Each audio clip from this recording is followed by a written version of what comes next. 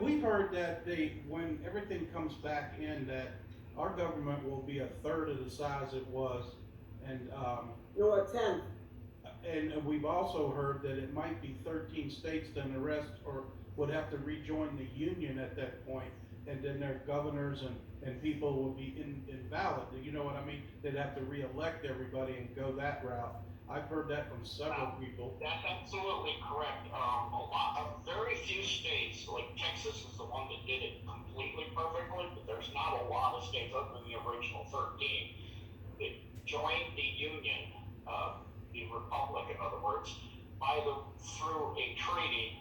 That's why it's these United States, because they're supposed to join the Union by a treaty in which they agreed to work together. And most of them are just incorporated, so they're corporations, especially after the Organic Act through the Ulysses S. Grant. So every state after that, and that's just after the Civil War, so that's a lot of states. Every state after that would have to redo that. There's only a very few amount of states that are actually by treaty joined the Union. So yes, you're correct. And then the same thing goes when they do Canada, is that's nothing but part of the Crown Corporation. So all of those provinces will be given the ability to choose whether they want to be part of a constitutional republic and the Canadian Constitutional Republic, or do they want to be part of this country, or what do they want to do, be independent?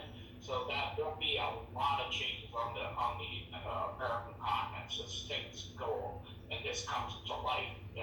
Like they say, is everything hidden will come to light, become known. And when that happens, there's a lot of people all over the world are going to need those of us who are wide awake, because they're going to be in such a state of shock they won't even be able to move. It's like when I first woke up, felt like I got hit by a bucket of ice while I'm standing frozen. I'm like, you gotta be kidding me.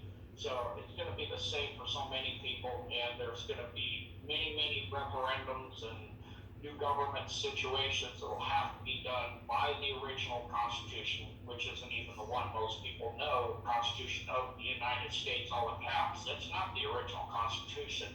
The Crown Corporation of the Cabal, when they looted D.C. in the War of 1812 and burned it to the ground, thought they got the original, but the Founding Fathers were smart enough to make two original.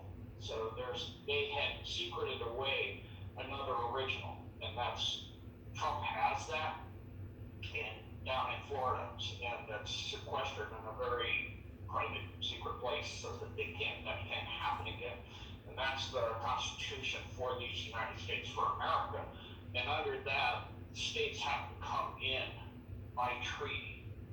So there'll be a lot of redoing that. Additionally, like we were saying, I agree with Carson. We're looking more towards 90% of the government that we know will be gone, because most of the congressmen, senators, local representatives, governors, etc., have joined the cabal willingly, not just through threats and through intimidation and blackmail.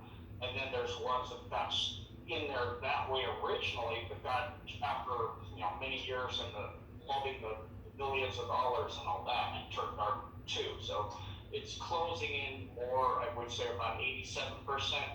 We're going to be seeing, have to have somewhere else because of Gitmo, and little Gitmo aren't going to be big enough. They can send them up to Greenland under the ice in that huge base they have up there for Camp Century and that. So it's going to be a massive change over as we go into this. A lot of people are commenting that they're nervous that Trump's going to get arrested.